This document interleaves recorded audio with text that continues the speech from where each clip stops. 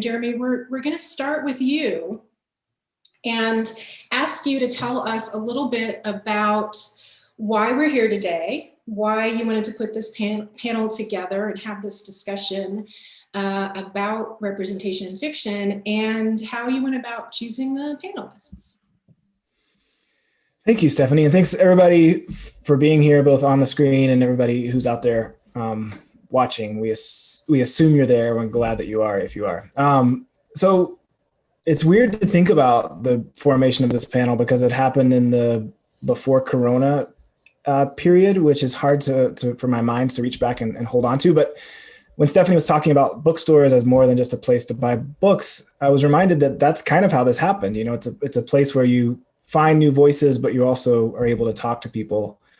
And Stephanie and I were talking about this year's literary festival, and this was in like January and February of 2020, and thinking of a way that Malaprops might be connected to that. And we were also in the midst of, or on the back end of, the American Dirt conversation. So if you remember when that book came out, and then it was increased in popularity when Oprah put her kind of Midas touch onto it, it sparked a lot of conversation.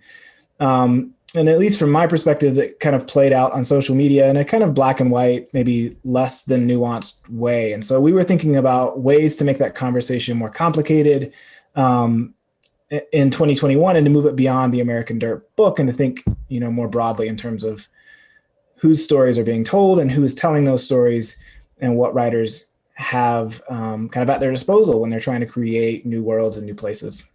And so I thought immediately of the writers here and the editors, because they all had books that were just out that I felt like sort of addressed, this complicated question. Annette's novel was about to come out, featuring a protagonist from the Eastern Band. Chantel was publishing this middle grade duology YA series that features this really diverse cast of characters and Greek mythology all at once in a way that felt really important, I think, for middle school readers and classrooms. And Ashleigh's book about rural people shook me up in some ways. I was like, there are not many books like this that are writing about the rural South in such an authentic and funny and also, compelling way. And then, of course, we have really great presses within reach. So Blair down in Durham and Hub City in Spartanburg are, I think, continually publishing books about the South that change the way that we see it. So voices from the South that we don't normally see and hear. So that's the kind of the backstory. And I'm really glad that even though we're not here in person as we had planned, that everyone's here to have that conversation, and that everybody out there watching can chime in too, because that was the goal, I think, was just to have more conversation and less, sort of like staking a position and then not moving from it. And so I'll stop there, I think, and pass it back to Stephanie, and then we can take up the conversation. Thanks so much, Jeremy. Thank you for giving that sort of overview. And I'll just say that I really appreciate this opportunity. And as Jeremy mentioned, the conversation about doing this started well before Corona, and I am also pleased that we're able to proceed virtually, and pleased that everyone's able to join us today. And also am really looking forward to and appreciative of thinking about this topic in all of its complexity, and appreciating the approach to it as really not, a matter that is black and white. It's a conversation to be had. I don't think, in fact, I know that there's no one here who is interpreting the title of the panel who can tell that story to mean that we're going to point at people and say, you can't tell that story that you want to tell when you're writing fiction. And that's not really what this is about. It's about opening up a broader conversation about whose voices are elevated, about where the opportunities lie when it comes to writing fiction, and about what we have access to, who we're seeing, who we're hearing, and what writers' experiences are, in the world of writing and being published, and then also what readers' experiences are. Who are we hearing from? Whose experiences do we get to inhabit? Because fiction is such a wonderful way to share humanity, and to potentially share lives that we would never actually, of course, be in contact with in the normal day-to-day. So it's a wonderful opportunity.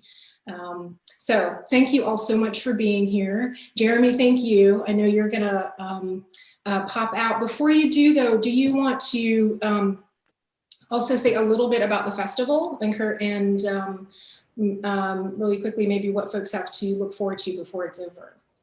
Sure. So we're halfway through our festival. Next week, there are 6 events.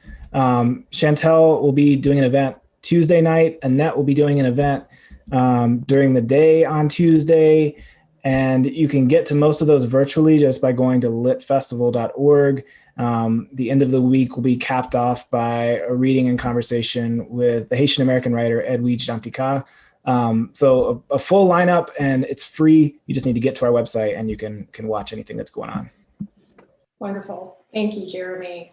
Yeah, so encourage everyone here to take advantage of some more amazing free author conversations. So I'd like to get this conversation started by just opening the floor a little bit, so that we can hear first from our authors today, just a little bit about your experience writing, being published, telling the stories that you want to tell, and particularly perhaps what challenges you found, and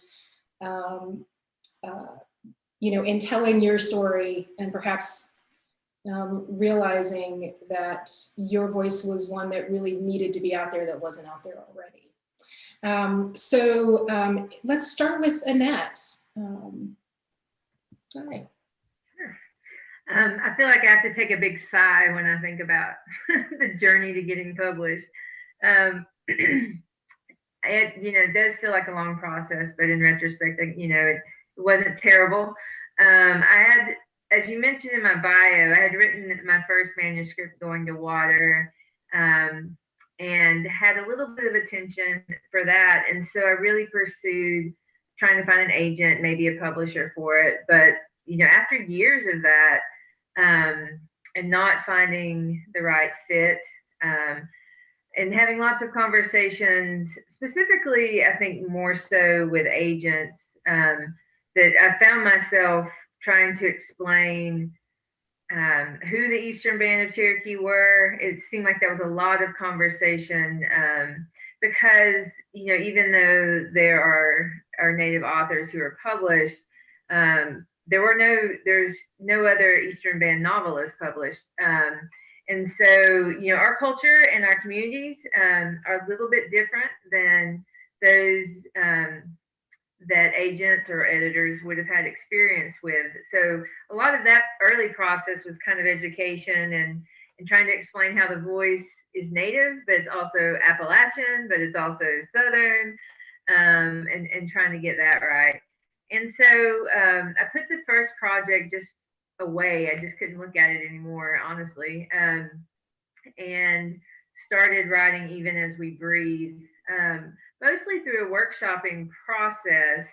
I participated in the Great Smokies Writers Program, one of their workshops that Heather Newton was leading, and found a structure that really worked for me. And then also, of course,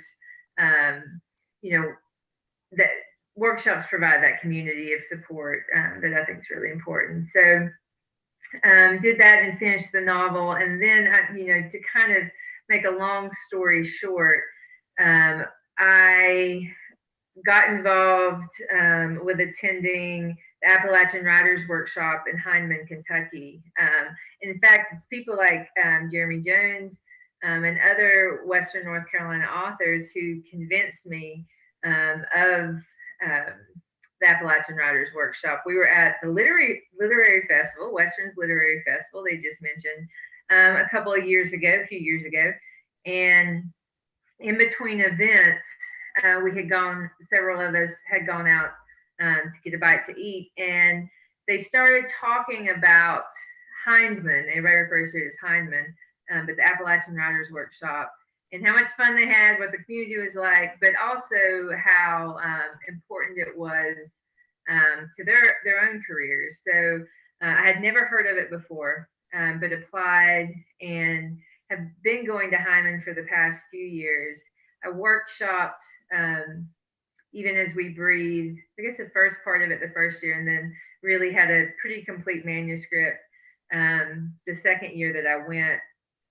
And I was working with instructors who are, who represent Appalachia, or at least, kind of the Southeast especially.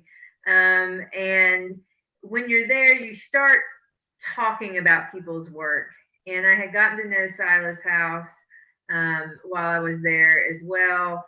And so I kind of put a pin in that because it's important later.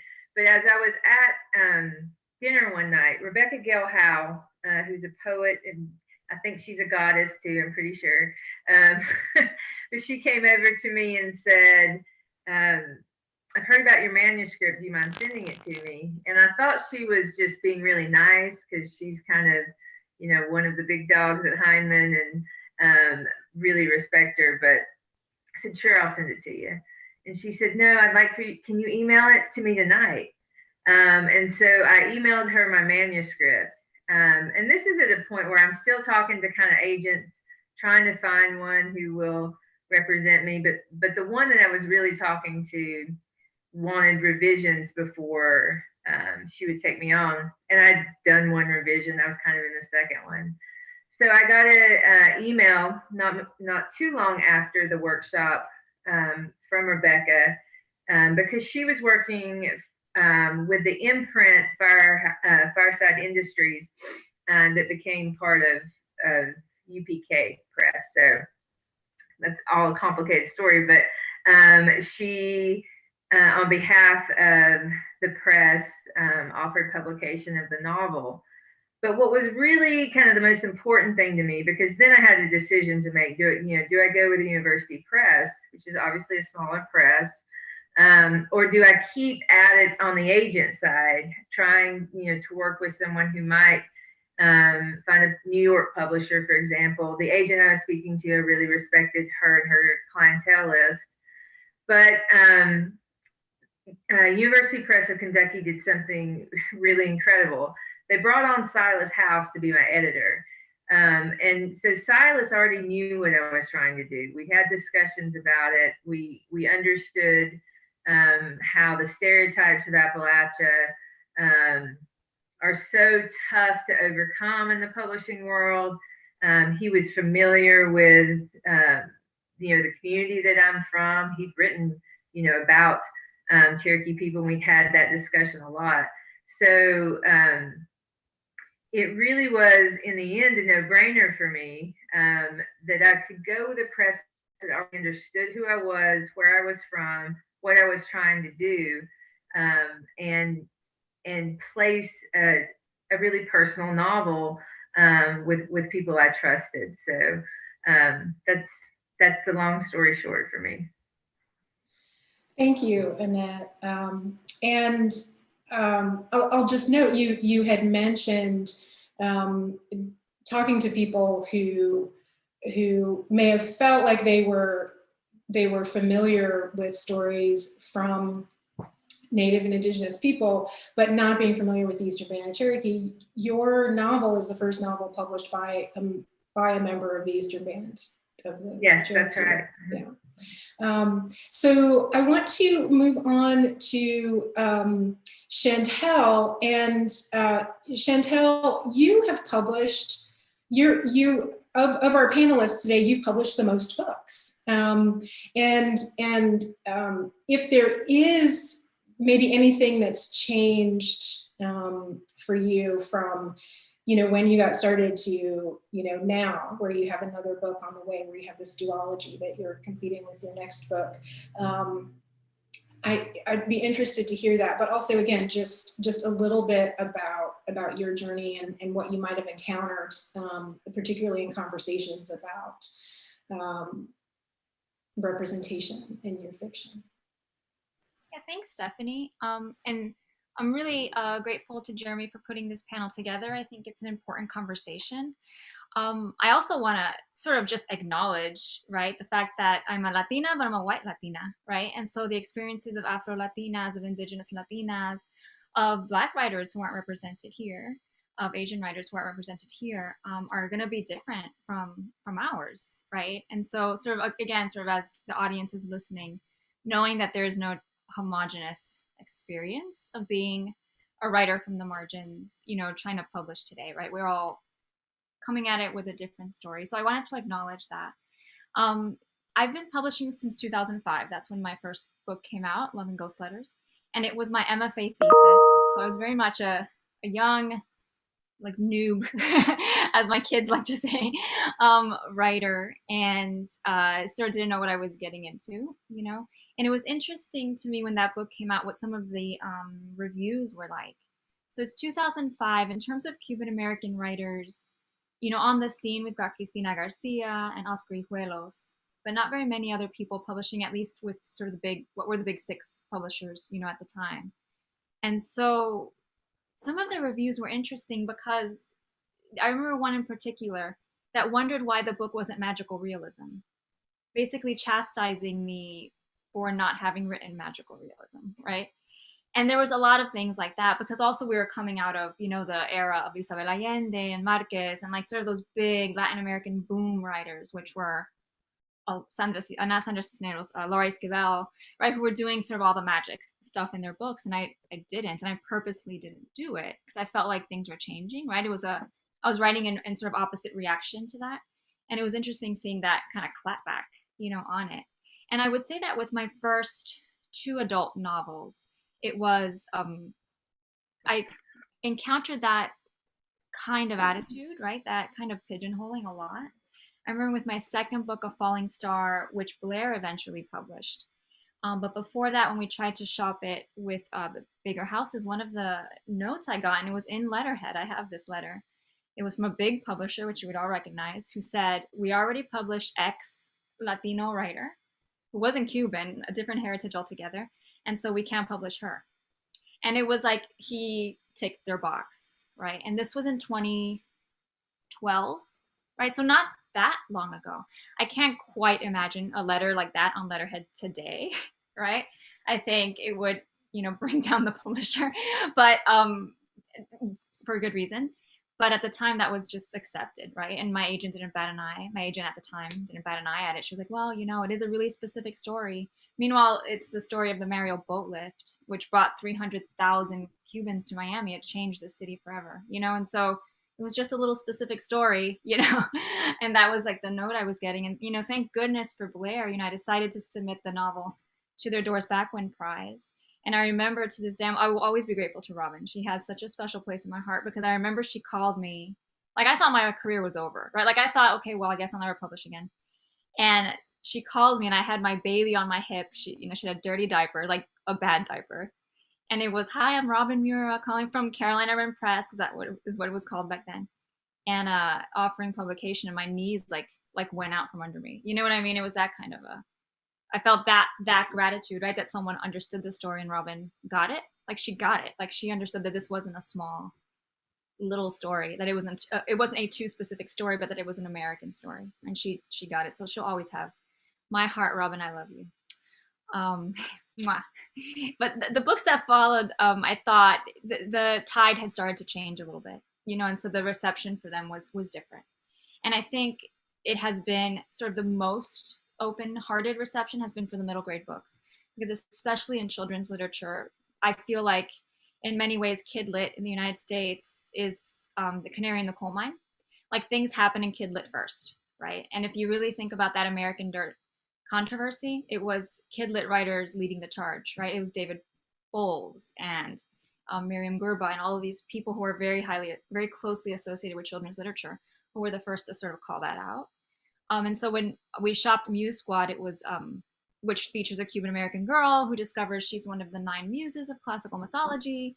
When she accidentally turns her best friend into a pop star, as you do, that book was coveted by editors, and it went to auction, and all of that good stuff happened. But again, I started in 2005, and that's a 2020 story, and so it's been sort of a journey, to get there, and I'm glad to see it. But there's more work to be done. Thank you so much, Chantel. And you brought up a couple of points there that I'm hoping we'll be able to, when we're all speaking, as we proceed, we'll be able to revisit as well, and to hear from our publishers about as well, and what's happened particularly in the last few years. I'll just say, I can't imagine anyone at any time sending a letter like that to a white male author, for instance, saying, you know what, we've already published a white male, got that box checked, so you'll have to move along for that reason, right? Ashleigh, to you, and with you we're coming, Chantel's in Miami, and so we're all Southern, and with you we're coming back to Appalachia, and you're writing about rural people, as Jeremy mentioned, and just last year published your first collection of stories. And I do want to know, Chantel very kindly mentioned the voices that are missing from this panel, for instance. And I appreciate you naming that, because there is a sense that, in our society, that the experiences of people who are not members of the majority, either in terms of numbers or power, tend to get sort of lumped together, and experiences tend to be flattened. And it's important to recognize that we're not here to do that today. This is the panel that we have today. It doesn't mean that there aren't 100 more voices that we'd love to hear from, or 1,000 more voices, and that 1,000 more voices wouldn't all have their own unique stories. And in particular, Black and Brown authors who we're not seeing here today, but in general, we are speaking about how stories get told, and who gets to tell them and gets recognized for telling them. So thank you for naming that, Chantel. And Ashleigh, to you, your story. Thank you for joining us this afternoon. Thanks, Jeremy, for having me. I'm excited to be here with all of these intelligent folks. I do have to make a correction from Stephanie's introduction, but that's okay, because I think it works with all of this. I'm not Appalachian, and a lot of people think that I am, because I guess a lot of the Southern lit that we see now that deals with low-income communities, a lot of themes that come up in my work, everyone maybe lumps it into Appalachian. But yeah, I would give readings, and afterwards people would come up and ask me, oh my gosh, where are you from in the mountains? And I would say, I'm from really far away from the mountains, a really, really flat place with lots of swamps. Yeah, I'm from Eastern North Carolina. And so kind of what Annette encountered, I kind of encountered too, with that, the literary world was used to Appalachian writing, but as far as Eastern North Carolina writing, they were like, what is that? There weren't a lot of, there are some folks before me that have done it. Randall Keenan is an example, but I'm a little white girl, Eastern North Carolina writer. It's a different ball game. But with all of that said, yeah, I had a bunch of stories that I wrote that I was excited to write because, yeah, I didn't see a lot of stories about my canon stuff getting published. Like a lot of the stories that I was getting taught in school or that were getting published in the New Yorker were about lives that I couldn't relate to. People who had a lot of money or who were living in urban settings. And, of course I was taught Flannery and Eudora as well, but like those felt so far away in history. And then I discovered Raymond Carver, and that made a little more sense as far as like the money goes. But a lot of his characters, that's in the Midwest. Brice de J. Pancake felt really almost right, but he was Appalachian. And then as far as like a modern writer who's living and working today, Scott McClanahan, he is Appalachian, but he's writing really brilliant stuff that I felt like I related to a lot, but yet still it wasn't Eastern North Carolina. So I felt like I had to kind of like really stake my claim for Eastern North Carolina. And I was really lucky that Lauren Groff picked my short story collection to win this prize, this really great prize that Hub City does, because I quickly realized once I started getting acceptances from nicer magazines, the editors there really wanted to whip things around as far as like the dialect. Like they wanted to clear up all my wants. Like she won't go and do something. She was not going to do something. And I was like, no, she won't gonna do it. And anyway, I really appreciated that Hub City did not care about any of those wants. They just trusted all of my work as it was. I don't think I could have published a collection at any of like the big five as it was. And it felt really important to me to have it edited and put out by people who appreciated it for what it was and who knew where Eastern North Carolina was. That was really important to me. Thank you, Ashleigh. And my apologies, I meant to say North Carolina and said Appalachia because my brain's a little fuzzy. And yeah, but that mistake in what I said, I think, helped to make a really excellent point, because even though I wasn't intentionally lumping everything in, that's what happens. So I'm glad I misspoke for that reason. So let's move on to Meg Reid from Hub City. Hey, and thank you can you guys hear me okay? Mm-hmm. Okay, good. My earpods just started making a weird noise. So thank you to Jeremy and thank you to Malaprops and Stephanie, one of our favorite bookstores. I'm Meg Reid. I'm from Hub City Press in Spartanburg, South Carolina. And we are a boutique independent literary press. We've been around for 26 years. We started as a hyper local press publishing South Carolina and Spartanburg authors. And then we've steadily grown over the 26 years to now being distributed nationally, and our books are available internationally and are written about in places like the New York Times and the San Francisco Chronicle and Entertainment Weekly. And Ashleigh's book was longlisted for the Story Prize, she didn't mention, and also in the New Yorker and in the giant spread in Poets and Writers in an interview with Lauren Groff. It was a highly visible book for us, and it was one that we were really, really proud to publish and to bring out with our prize that was judged by Lauren Groff that year. So yeah, we publish fiction, nonfiction, poetry, and books of regional interest about the South.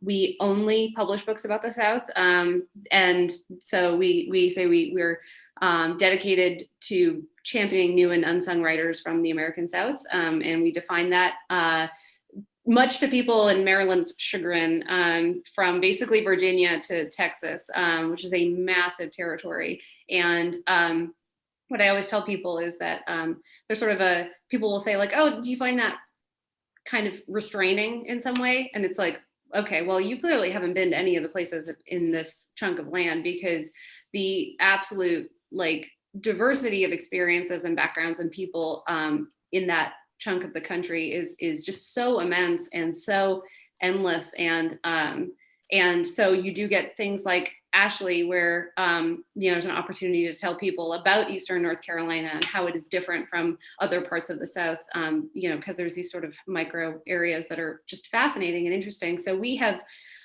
never had any shortage of interesting people and writers to champion in literary works. And for this conversation that we're having, I think I can say that to Chantel's point, many of our books are books that agents have had trouble placing with big 5 publishers.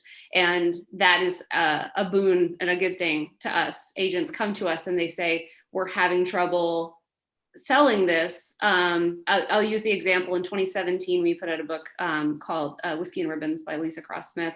And it's about an African-American family in Louisville, Kentucky. And when the agent came to us, she said, well, I can't sell it because every time we get the same comment back, which is what, it revolves around a police shooting. And they said, well, would there be that kind of crime in Louisville? Isn't it very rural?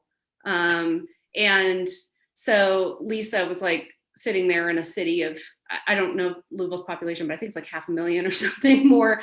And this big, vibrant city. And she's being reduced down to like bourbon and horse racing. And also she doesn't engage with race the same way that a lot of other writers do. She really leaves it out of her work to a great extent.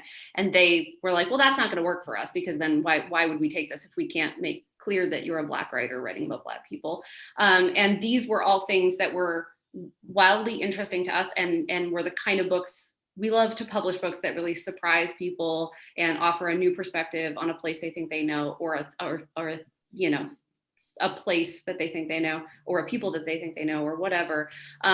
So we do often get books because somebody at a big 5, whether they wrote it on letterhead or not, said in their head, oh, we already have this, or we don't need this, or this doesn't mesh with my understanding of the place, which the corporate publisher understanding of the South is pretty much like magnolias and beaches and sweet tea. So we put out very loudly and strongly in all of our materials that we are looking for work by a range of people, and that includes Black and Indigenous people, queer and trans writers, people with disabilities, as well as people with economic coming from economically disadvantaged communities, because if you ignore any part of that, then you're not taking in the kind of complexity of the diversity of the American South.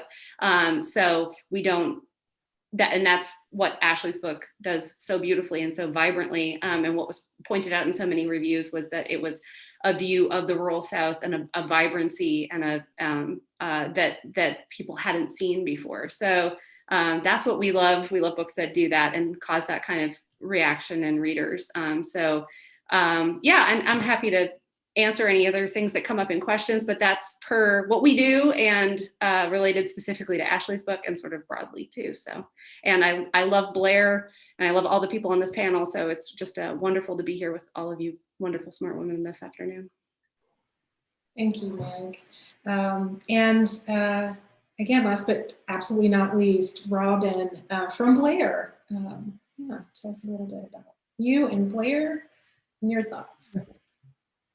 Well, as Chantel mentioned, we used to be Carolina Wren Press, and we also used to be John F. Blair.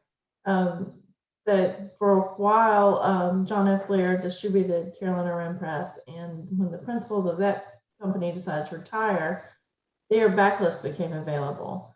And through some donations we got, we were able to acquire that backlist, not the company necessarily, but we acquired the name and the backlist to provide kind of a underpinning of backlist of regional titles and some other fiction to buoy the new Blair list, which was a combination of the poetry from Carolina Ren Press and the literary fiction, and then some broader nonfiction titles.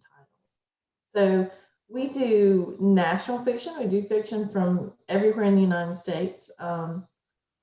But it's funny because of who we are and who we have on our editorial board and who I am. We tend to pick a lot of Southern stories, not only through our contest, but through acquisitions from agents, because as Meg pointed out and other people have pointed out, those are hard to place sometimes with newer publishers. Well, not sometimes, oftentimes hard to place. And as Meg mentioned, sometimes those corporate publishers, they like stories that confirm the stereotypes they already have about the South. So sometimes that's easier to get published than something that really tells a nuanced, complex story. So that's what we're after at Blair. We're a nonprofit publisher like Hub City, and so we'd love to have bestsellers, but what we need to do is just break even and keep providing a place for good literature that's going to get overlooked in corporate publishing.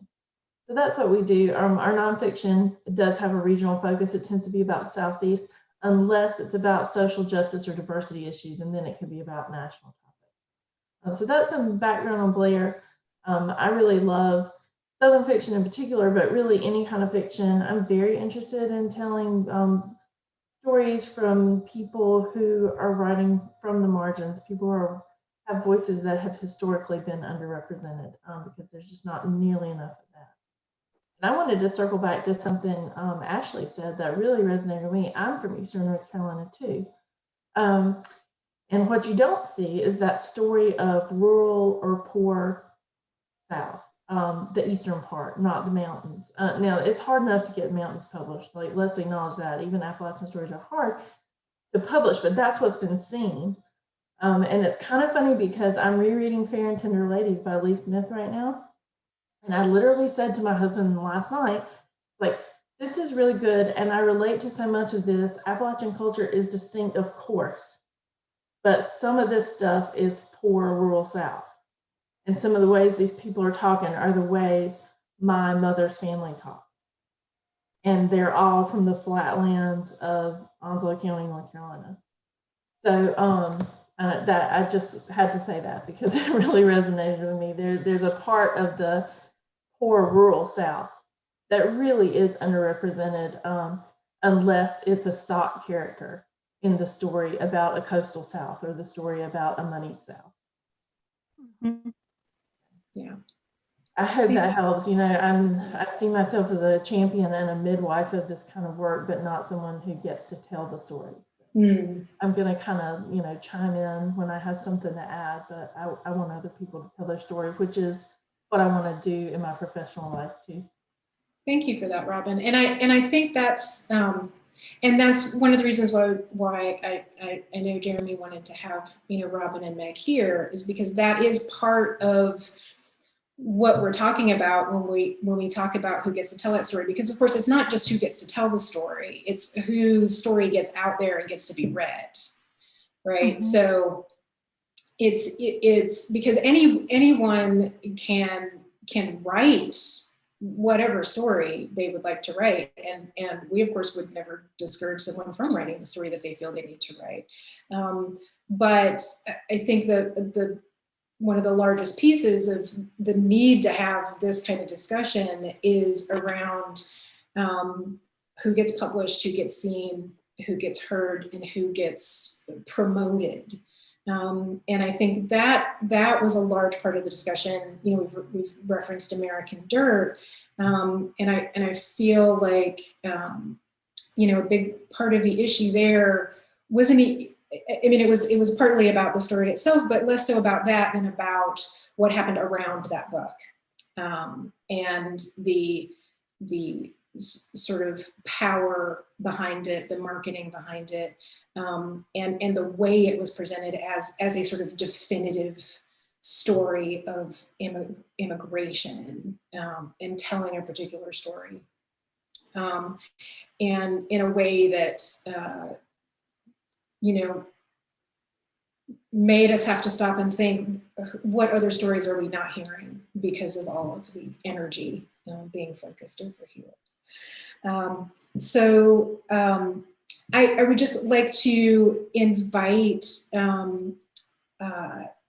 the authors to step back in and speak a little bit more directly to your thoughts on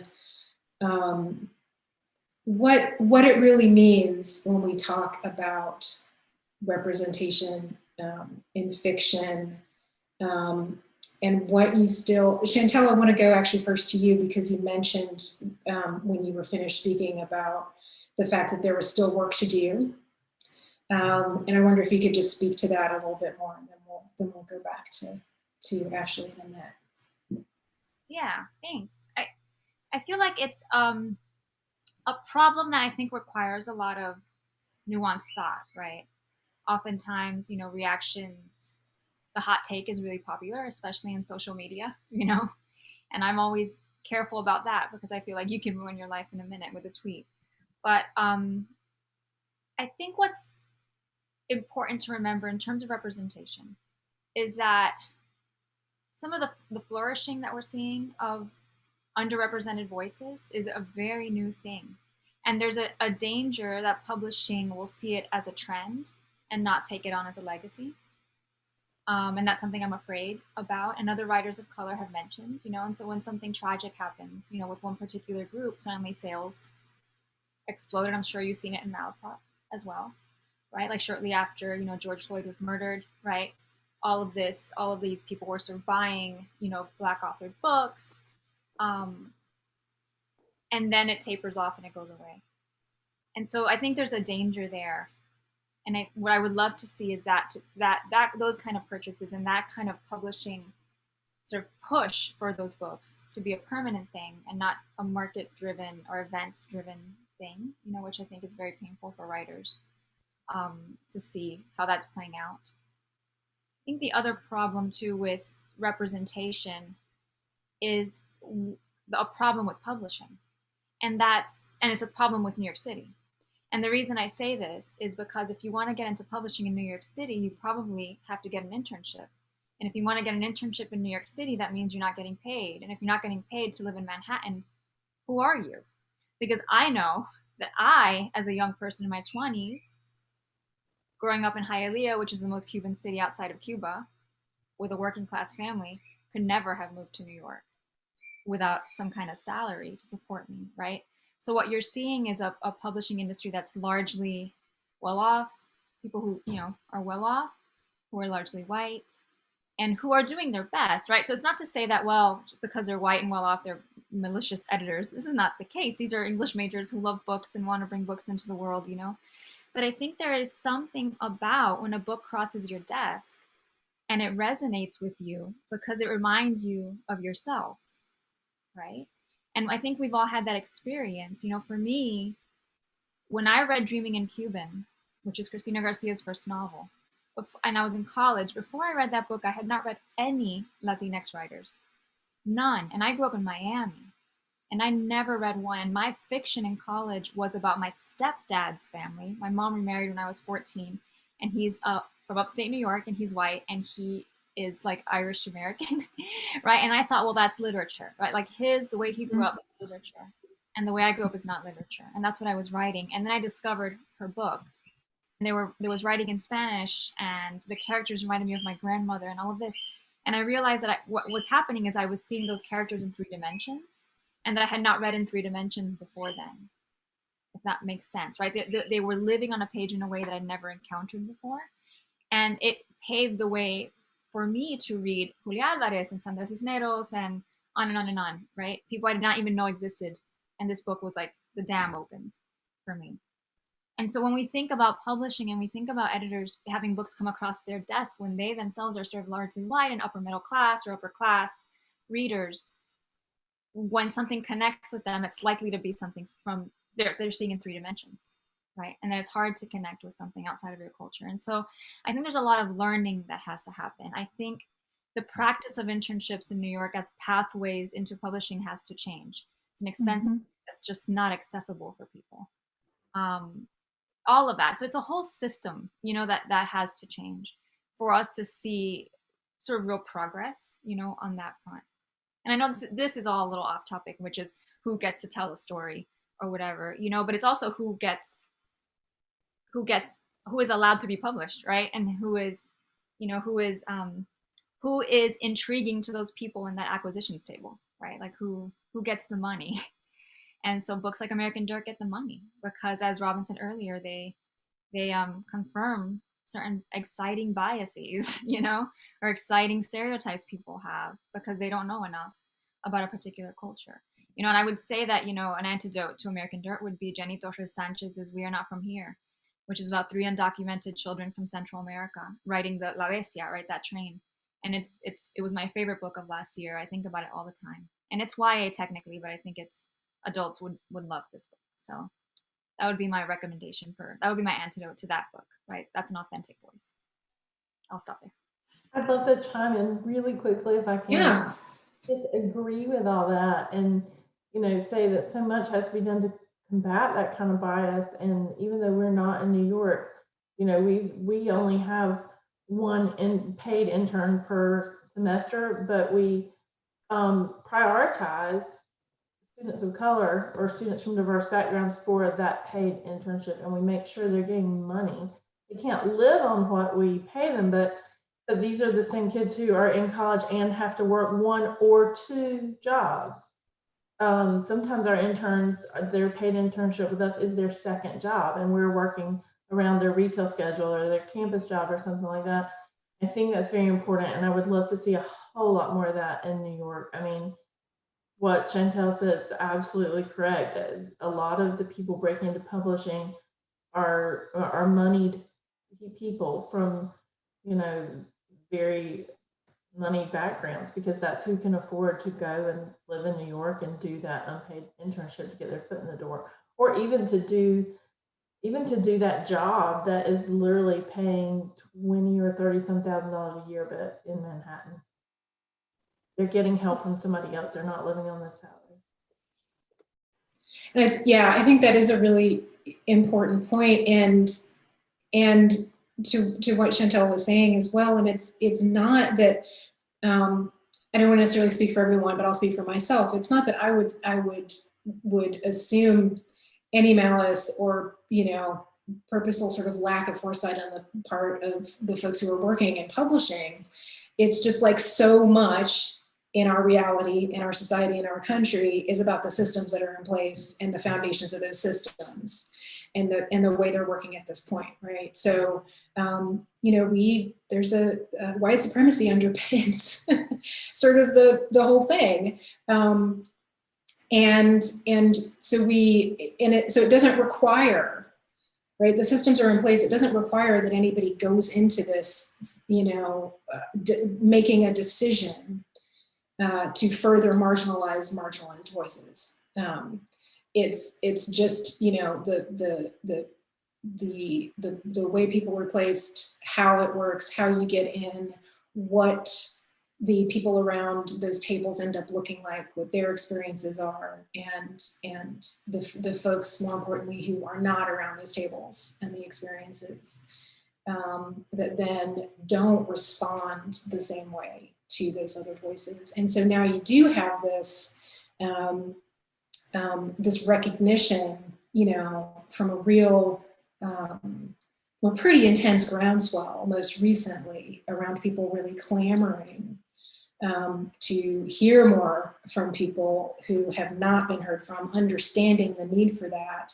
And I'm hoping, like Chantel, that it's not just a temporary thing, that this is something that continues and that isn't really just about meeting a temporary market need, but is really about, addressing broad representation going forward. And I would put a quick plug in for independent bookstores and independent presses, because I think that independent presses have been doing the work for longer. They've recognized, not like imperfectly and not at all at a level, that fixes this giant problem, but independent presses and independent bookstores are just so vital for getting non-corporate reading into people's hands. And it's just really important to me that writers look at who, if they do want to go with a big publisher, who else are they publishing? Are they also publishing people that have connections to white supremacy? And if that's a track that you want the big deal, then go for it.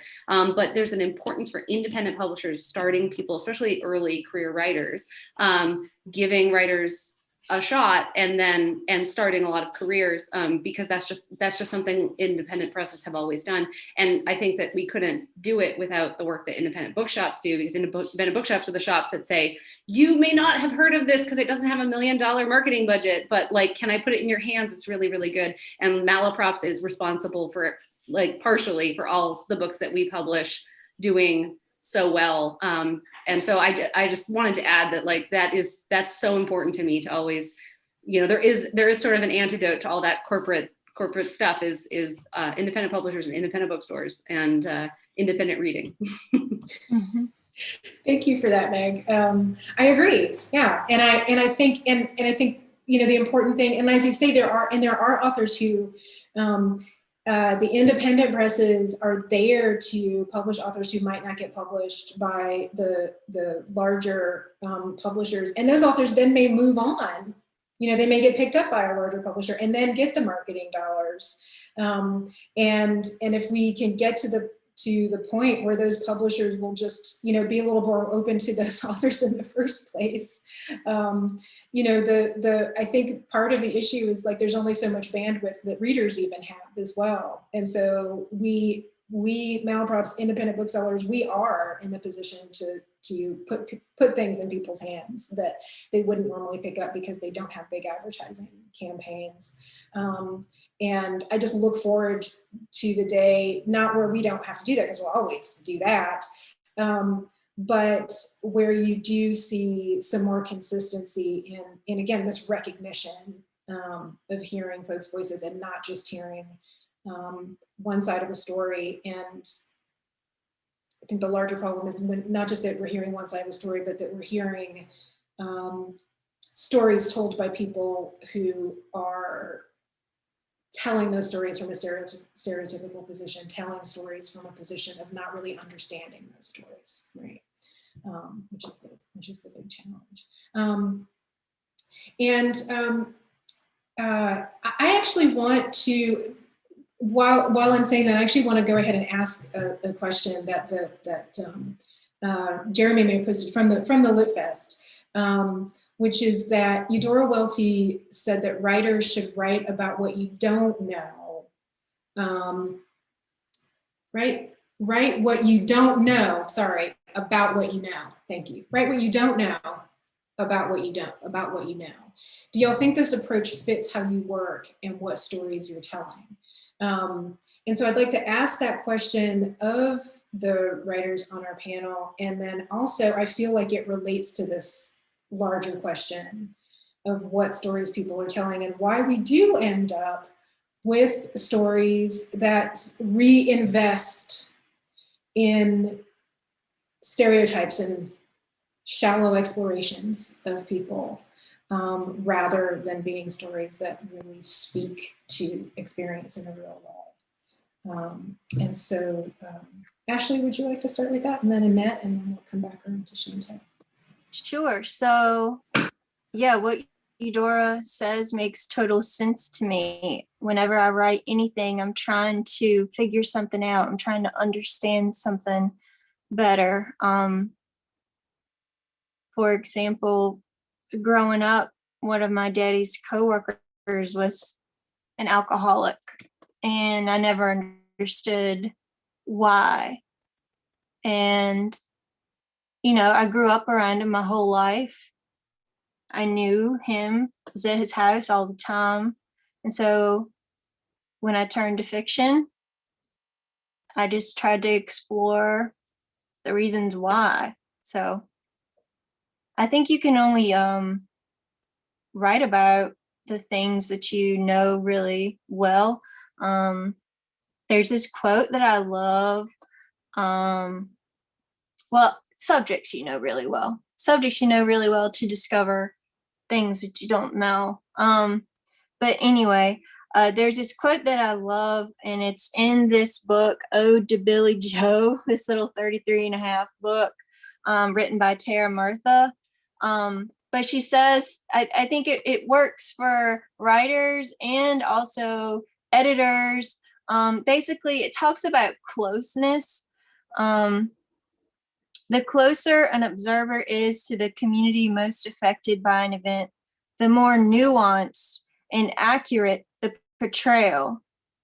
The further away, whether geographically or via identities such as class, race, and gender, the more nuance collapses under ham-fist points and stereotypes. So I think before you write anything, you should say, how close am I to this? And editors, when they're reading work from places, they should think like, how close is this writer to this community they're trying to represent? And I think if editors at the Big Five started asking themselves those questions, or actually educated themselves about the communities that are being represented, we'd get a lot better. I think it's all publishing's fault.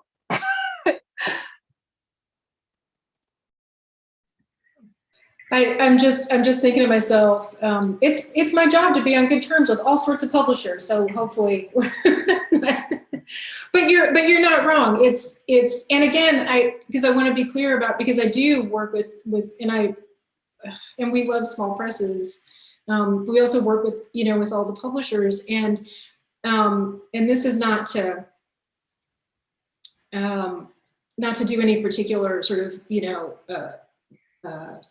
mollycoddling, but people on the ground at publishing houses, we've even heard and seen, have these same issues with the publishing houses that they work with, right? It's just like seeing the fact that there aren't enough people hired by the presses who actually represent who we are in this country, and aren't actually in the places they need to be to get folks published. And so I feel like there's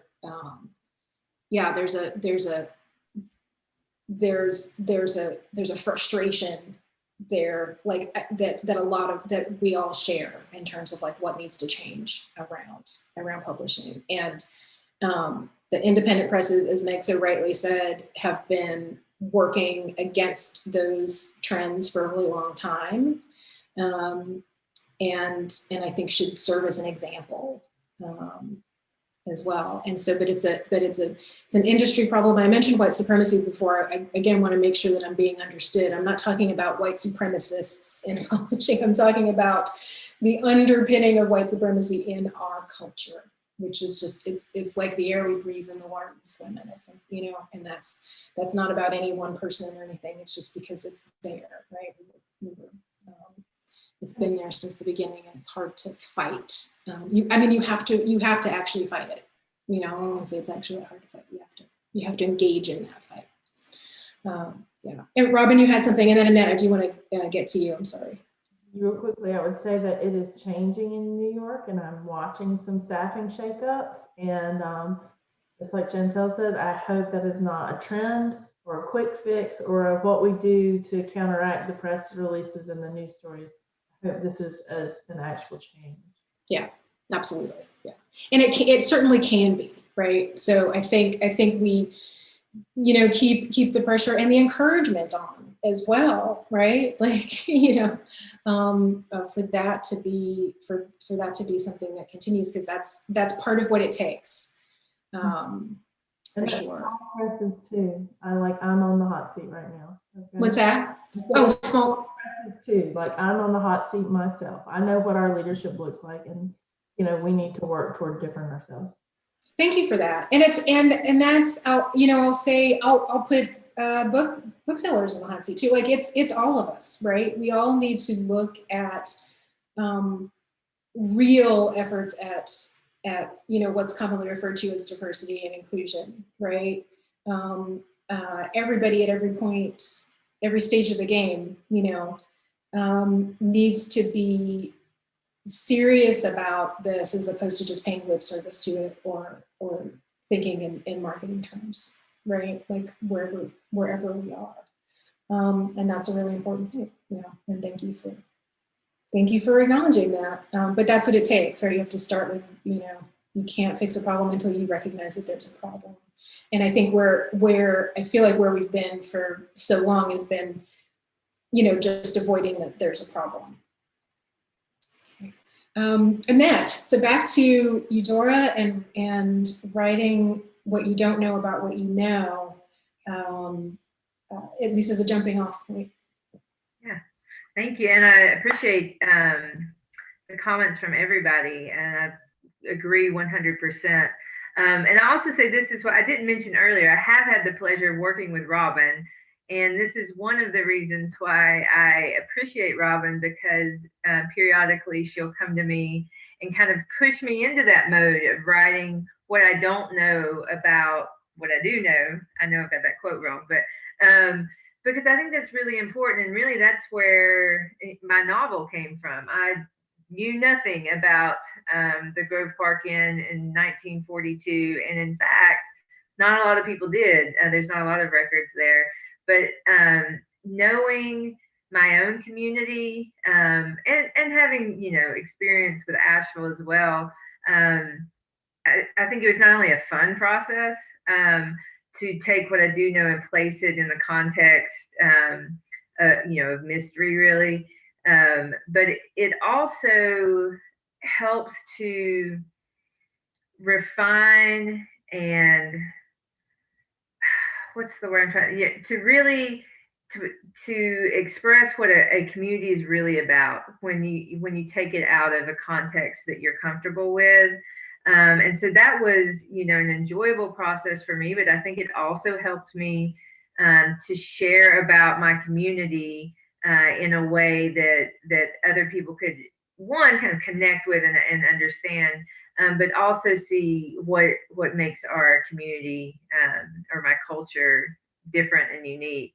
And so I think it's just kind of this great process to be in all the time, to kind of step outside the comfort of everything but also be willing to share the sense of a place or the sense of a people through story. I just think is really important. And I wanted to, I know I'm circling back around, but I really was thinking about what Chantel said and what we've all kind of been commenting on, the fear of this trend, or this being a trend, right? And I was thinking about how that happens through marketing, and kind of in a related, kind of back to the quote and what we were talking about with this fear of trends.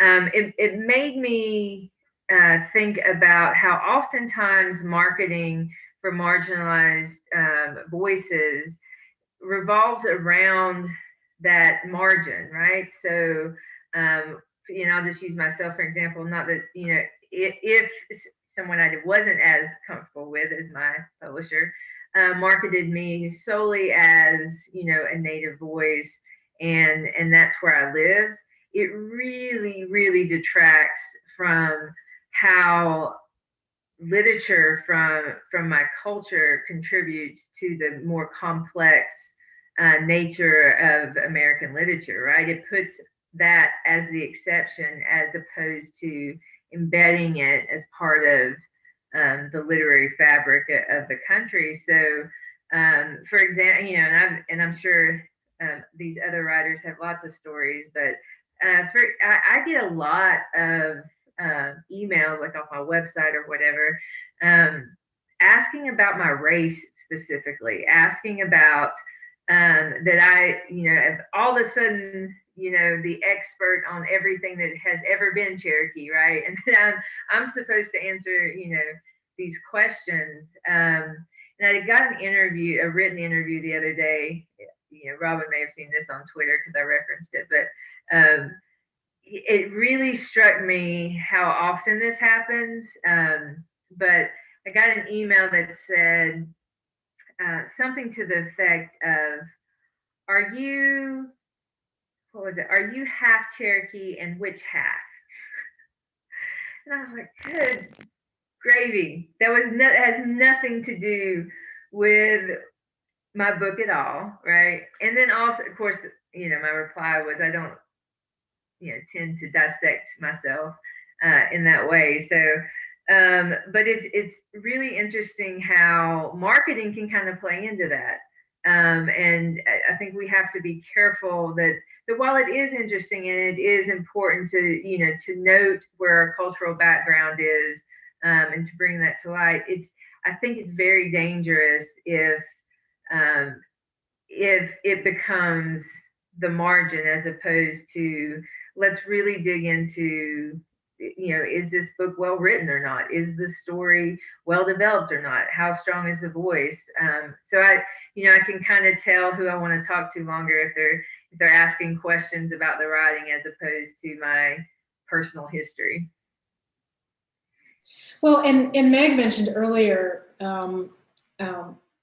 publishing a book by a Black author that didn't deal directly with race in the way that other publishers wanted to, right? And it feels like that's very much about the marketing around it. And for all of us working with getting books into people's hands, publishers, booksellers, authors,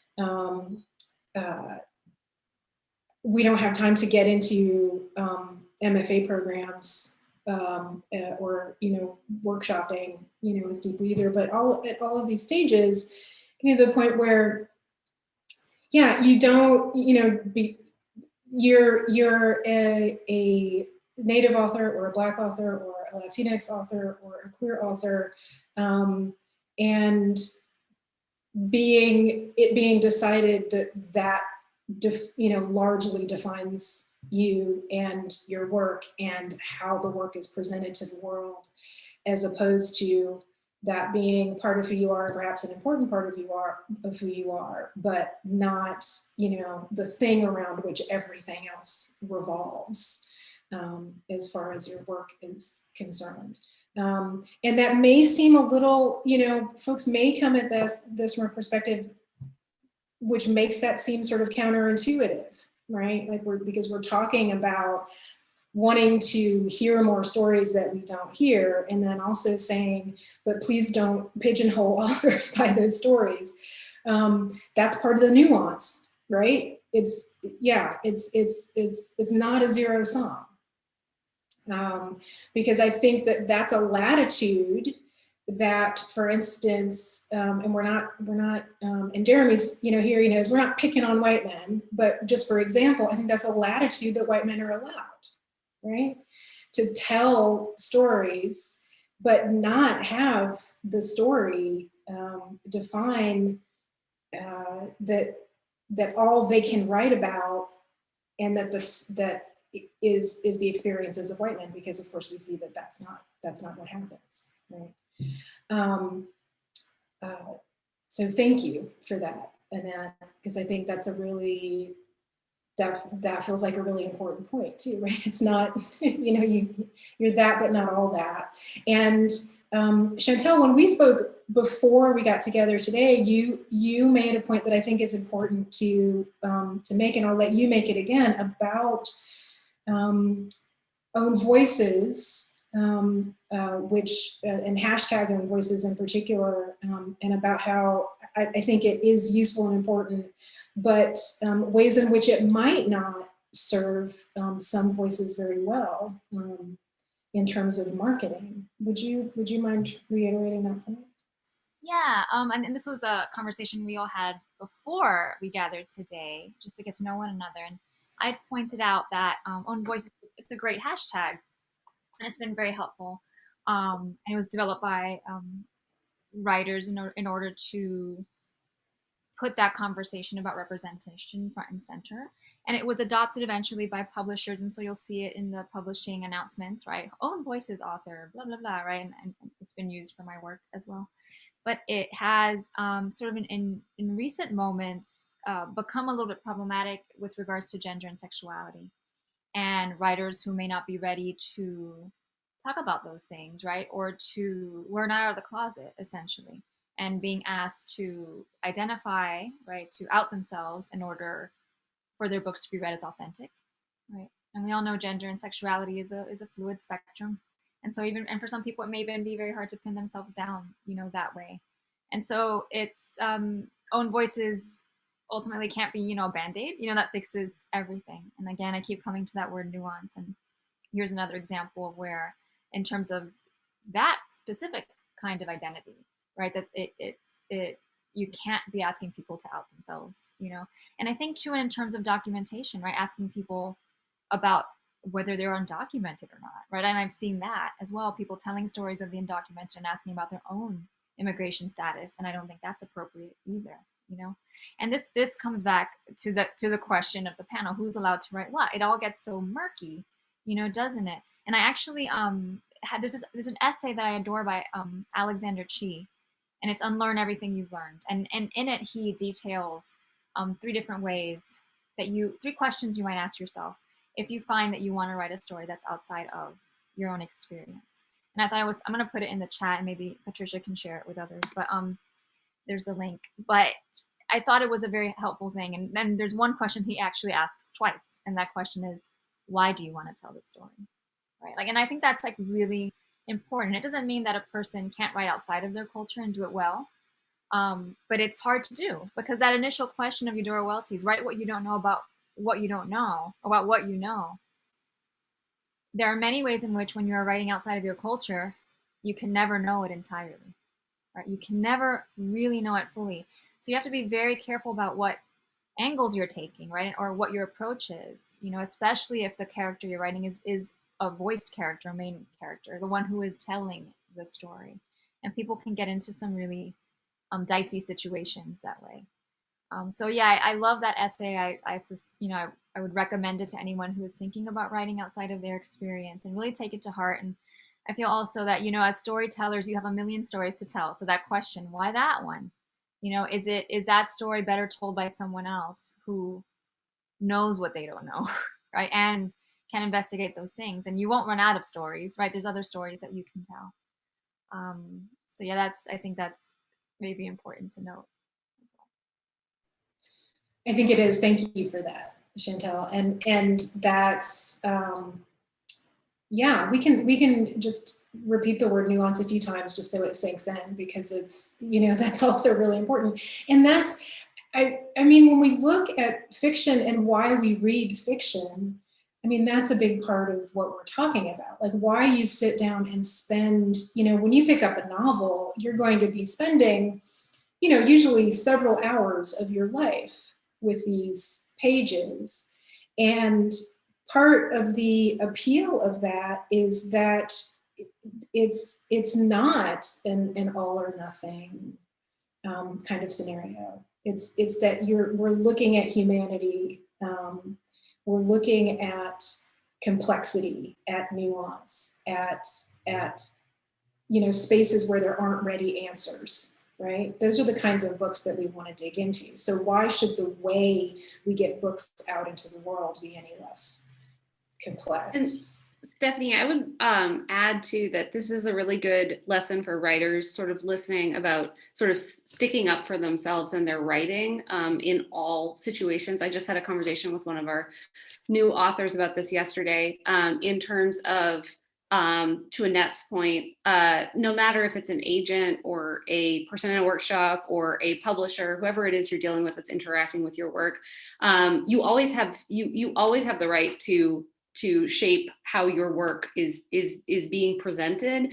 And so I always want people, I'm a book cover designer, and the amount of people that, when I deal with a lot of writers, particularly Black writers, they'll say, like, I don't want it to look like that kind of multicolored, multicultural cover that became so iconic in the last decade. And I'm like, I understand that. I don't like those covers very much either. But I think sometimes writers feel like they don't of just generally writers feel that once they've been given this wonderful opportunity to have their book published, that they lose that agency to be like, oh, well, they know best and they should market it the way they want to market it. And I think writers that I've worked with have really taught me about how Ashleigh is absolutely an example of this, about how important it is and how true and authentic the book will be if the author and the publisher are working in tandem in sort of a really author-centric sort of way to represent the book.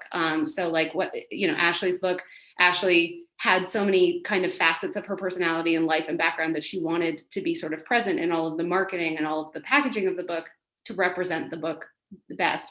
And I just think that the end product is so much more authentic and so much everybody will kind of connect to it more authentically if the writer is present in that way. So I just always want to encourage writers to like, don't sit there and be like, oh, I hope I don't get a cover that looks like this. Like, tell the publisher you don't want a cover that looks like that. Or if, Lisa Cross-Smith, our sales team was like, could we put African-American in the first or Black in the first paragraph? And we were both like, nope, we're not going to do that. And, they asked a few more times and we said no each time. And so you're not being a diva or you're not causing trouble if you ask for your work to be represented truly and authentically. That is absolutely what you have the agency to do in the publishing process, and you should do it at every chance you get. That's awesome, Meg. Thank you. That's really great advice for writers. And once someone has said, yes, we will publish you, right? You do have that agency because you've then entered into a partnership with them. And that's a really important point because I think especially, if it's your first time being published, and depending on how you come to it, whether there are agents involved, who you've networked with, there's all of this, there's all these layers, by the time you get to that point. And it is tempting, especially if you're coming at it as someone with a voice that you haven't read a lot before. You might be reticent to do anything that might jeopardize that or put that voice in any sort of ill light, right? And that's going to be a challenge. So thank you for that. That's great advice. That's great advice for the writers out there.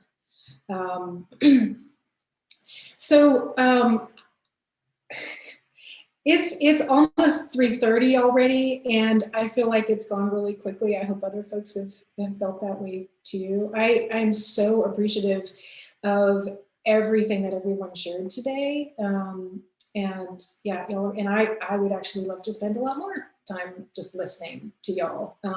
But we do want to be conscious of people's times. We know that people might come back and watch later on YouTube, which is also cool. But so we have a couple more questions from the audience that I would like to get to, even though I know that there's another list of things that we could talk about. But we'll get to these other questions. So one has to do with self-publishing. And that's actually, I think, a bigger question in a lot of ways, but I want to throw the question out there and see if anyone has some quick thoughts. How do you think self-publishing plays into this dynamic, if at all? It feels as though more people are going that route rather than really pushing publishers to do and be better. Can I just say that a lot of people I know that are self-publishing aren't from communities that I necessarily want to hear from. Thanks, Ashley. Anyone else? I kind of just want to add on to that I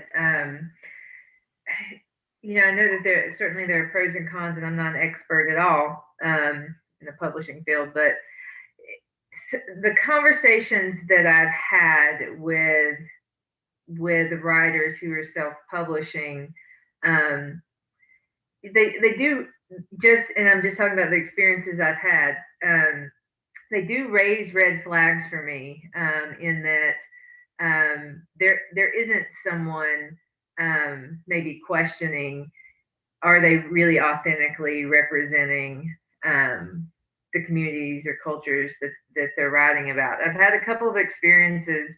I actually have an inside joke with some writer friends of mine that I once was asked if I would read somebody's Indian parts, and it that sounds terrible, but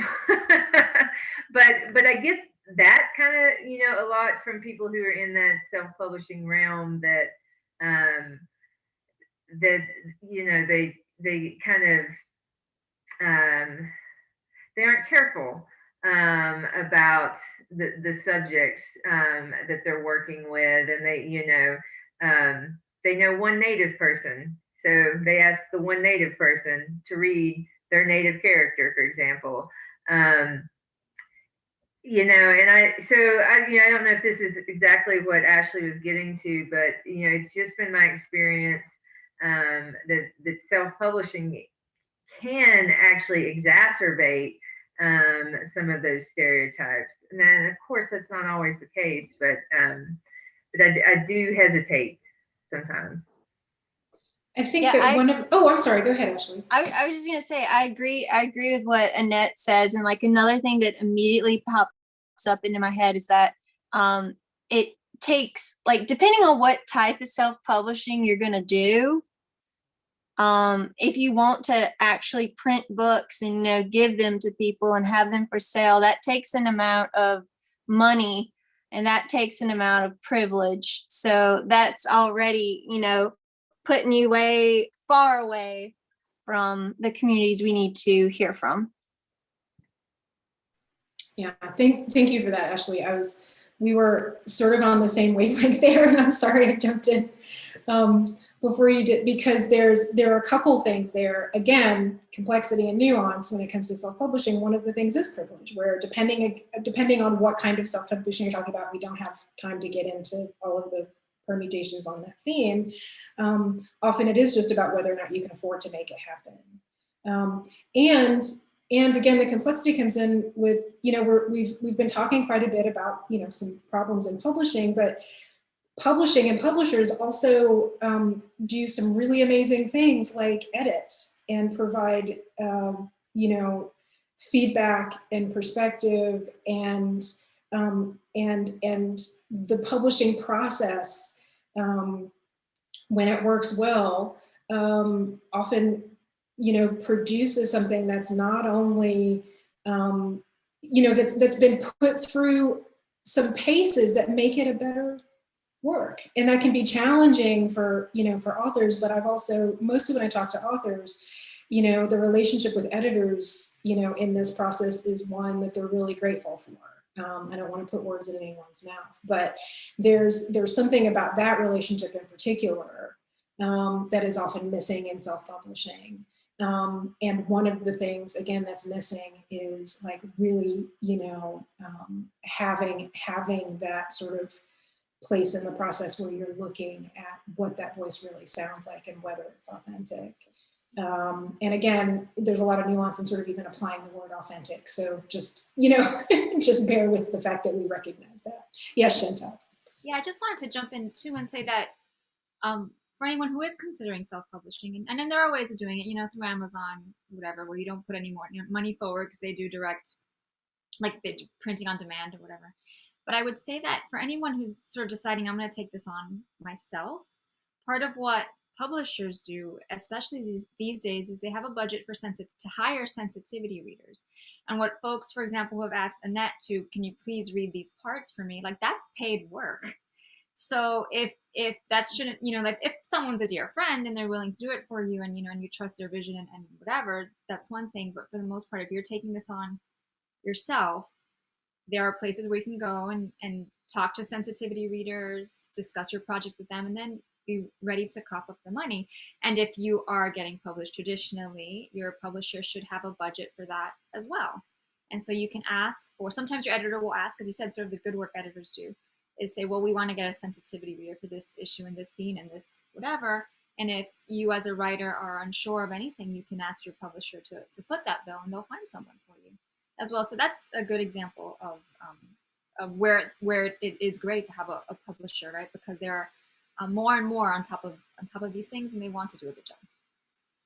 That's a really excellent point. And the other big part of that is the paid positions, right? Because I think, you know, we're talking about there's a capitalist underpinning here, and the big question, I'm just speaking for myself here, one of the big questions for me in this conversation is who gets paid? And, you know, are we repeating the sort of hundreds of years trend of extracting free and low paid labor from particular people in this country, from Black and brown people, from women, from people with disabilities, from folks who are in the margins for various reasons, right?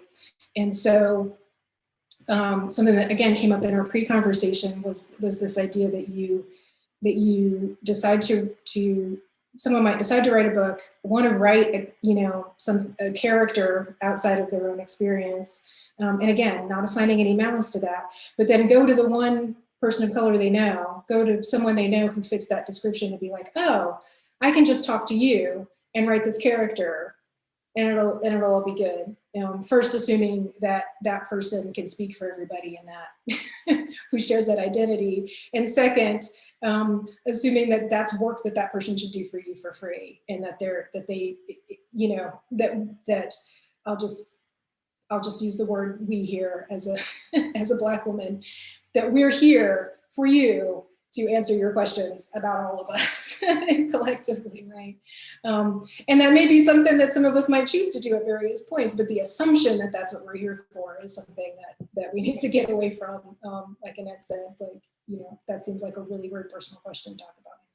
Right? And I do want to add that I have done similar work for people who I really like and who had it right anyway, didn't need me. So I don't want anybody listening to be like, oh no, she's talking about me.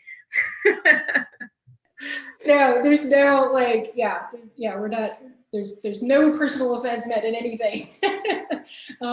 But those are things that happen in all sorts of spaces, right? Where we again, you know, that we have this cultural underpinning where often you don't even notice that what you're really asking is for someone with less social power than you have to work for you for free. And that's something to pay attention to. So, okay.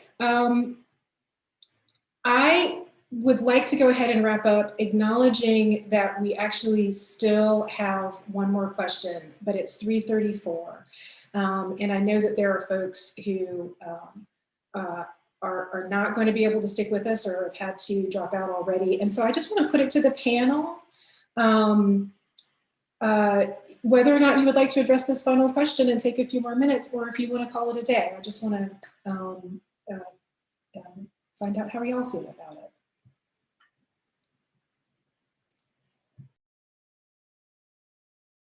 It's not a question for me, so if Ashleigh or Annette want to take it. Okay, yeah, that's true. Yeah, but it's not, and it's not really, as we've discussed, it's not especially for, yeah. I mean, it's for Southern and Appalachian writers. So if y'all want to take a peek and talk about it. Otherwise, we can. Well, I'll just quickly say, as also a way of, you know, potentially winding down too, is that I am not a Southerner. And I think that being an outsider has been really fundamental in my work. I was born in Canada, and I grew up in Maine, and I've lived in the South for 11 years. And I've been doing the work at Hub City for 8 years. And for me, I think coming from an outside place has just been absolutely invaluable, because I have just, you know, questioning certain assumptions, and also knowing very well what people in the North, how people in the North view and sort of deal with the South, which was a really great place to start sort of saying like, I'm here and I want to interrogate and reimagine and sort of question all of these sort of assumptions, both working from inside and knowing very well what the outside kind of perceives. So not a question for me. I am a writer and I've written about that kind of stuff lots, but I definitely think in my work as an editor, it can be a really helpful and interesting starting place. So. Yeah, and we didn't, one of the long list of things we didn't get to was speaking specifically to the South and how it exists in real life and in our imaginations, and the way the South itself has to confront its own demons, in addition to then confronting misperceptions from outside the South, right? Dealing with our own legacies of discrimination while simultaneously speaking to the fact that there is this, this stereotyping and marginalization that happens when other folks are addressing the South. Right? Again, more nuance. So Annette and Ashleigh, if you want to speak to that inside-outside perspective in the South. I would say it's not just the South or Appalachia. I think any good writing comes from an outsider / insider perspective, or being a misfit. I think that's where all of my favorite art has ever come from. The great French writer, Inez Cagnati, she was an Italian immigrant and she wrote in French, but she always said that she was Italian, and her work rings just as true as any Carson McCullers thing, as far as like the loneliness and outsiderness of it. So I wouldn't just say it's an Appalachian or Southern thing. I think it's good to have that perspective of knowing how things are on the other side, because then you can see things back home more clearly.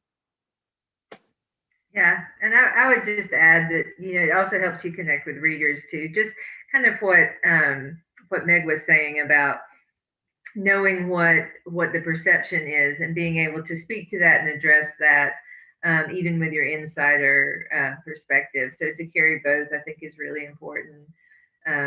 And we're all, even in our own communities, we're all outsiders at some point. So it's just the way we connect across humanity. I think we sometimes feel like outsiders at any given point. Yeah. Well, yes, and I appreciate what both of you said. And Ashleigh, I love the use of the word misfit, and the idea of claiming that as a positive rather than a negative label, for sure. Because sometimes it's the fitting in that perpetuates some of the challenges that we're talking about, right? So with that, I want to go ahead and wrap this up. It's been really wonderful hearing all of you this afternoon. There's actually a lot more that I'd love to talk to all of you about. I apologize for not, for half of the words I've said, because it's taken time away from you all to, to speak, and you've been really insightful, and I really appreciate it. And I also really appreciate all of your work. So this has been great. And thanks again to Jeremy for coming up with this idea, putting the panel together, and for his work on the Literary Festival, and everybody over at Western and their work on the Literary Festival. And so any last words from anyone before we head off, and wish everyone a good afternoon. And again, I'll remind folks that they can pick up where they left off if they had to leave early or have gone and come back, and they can watch the rest. Ashleigh, did you have something? Oh, no, I was just gonna say thanks, and thanks Okay. everybody for tuning in. All right, cool. We can all unmute and then just say goodbye then. Thank Thank you, Stephanie. Thank you. Thank you Yeah, for all your words. Thank you. Wonderful, wonderful hosting. Thank you all. Really appreciate it. Look forward to more. And yeah, everybody check out more of the festival, and we hope to see you again soon. Have a wonderful rest of your day and a good weekend. Bye, everybody. Bye.